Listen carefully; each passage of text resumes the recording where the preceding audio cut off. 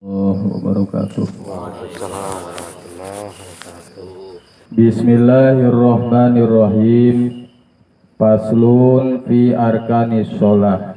Ini pasal menerangkan rukun sholat. Wa taqdimu makna sholati lugatu wa syar'an. Dan telah didahului makna sholat dan arti makna dari sholat, munggu syara dan lugot. Yang pertama kemarin itu telah dijelaskan. Warkanu sholati sama niyata asyara ruknan. Di kitab Fathul Qorib ini karangan Muhammad, rukun sholat itu ada 18. Di kitab Fathul Qorib. Di Mabadiul Fiqhiyah 14. Sulamun Taufik 13. Fathul Mu'in 18. Ahaduha, adapun salah satunya rukun sholat, An-niyatu yang wahia qasdu syai'i muqtarinan bi fi'lihi wa maluhal qalbu. Yang pertama rukun sholat di antara 18 itu pertama yaitu niat. Dan niat itu dinyatakan dan dibarengi pekerjaan atau rukun fi'li, gerakan, dan tempat niat itu adanya di hati atau qalbu. Fa'in kanati sholatu, maka dikalau ada orang yang sholat fardhon wajaban niatul faridoh, maka wajib terhadap orang tersebut menyatakan niat sholat fardu tersebut. Sholatnya sholat apa, berapa rakaat itu wajib dinyatakan. Sholat contoh misalnya sholat fardu maghrib ya maghrib. Watayinuha dan menyatakan min subhin, seumpamanya sholat subuh au zuhrin atau zuhur. Au kanati sholatun naflan atau berada di sholat sunnah. Zata waktin, ketika satu waktu. Karoti batin kayak sholat sunnah rawatib, itu harus dinyatakan ya sholat sunnah ya sholat sunnah, sholat fardu ya sholat fardu. Ka istisqoi kaya sholat sunnah istisqo. Wajaba qasdu fi'liha, maka wajib menyatakan niat ketika la niyatun nafliyah. Kalau sholat fardu jangan niat sholat bangsa sunnah, tidak sah. Ya fardu fardu, sunnah sunnah. Timbul pertanyaan, apakah hukum sholat orang yang tidak berniat? Enggak ada niat, sholat aja. Kalau orang tersebut tidak niat ketika sholat, maka sholatnya tidak sah, harus ada ulang lagi. Karena semua amal mesti diawali dengan niat. Kalau enggak niat mah tuh enggak jalan apa-apa tuh. Ngahluk beau perniatan. Sebab Rasul bersabda, diriwayatkan dari Umar bin Ali Khattab, sesungguhnya amal itu harus dengan niat.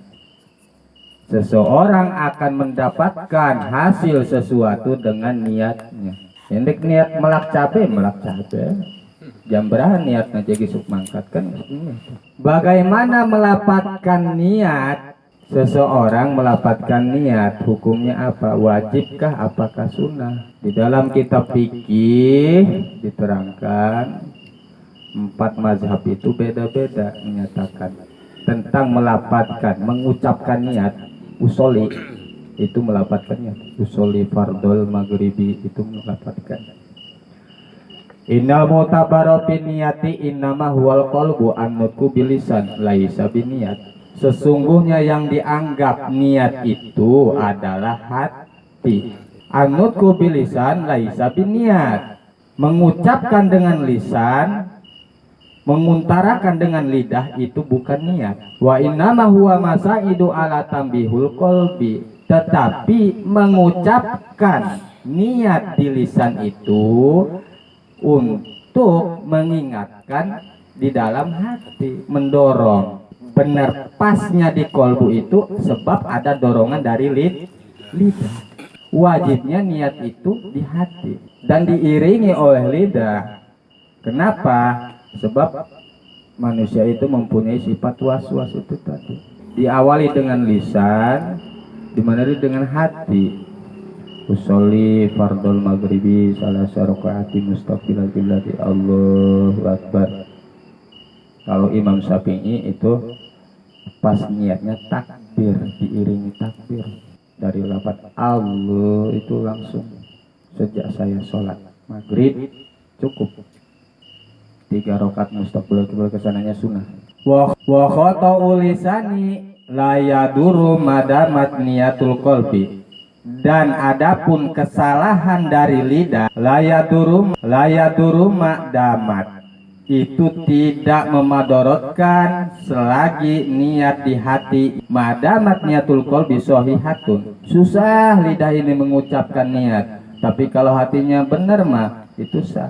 Sebab kalau mengucapkan di lidah mah itu tidak termasuk wajib, tapi sunnah bagi Imam Syafi'i. Yang wajib itu di hati.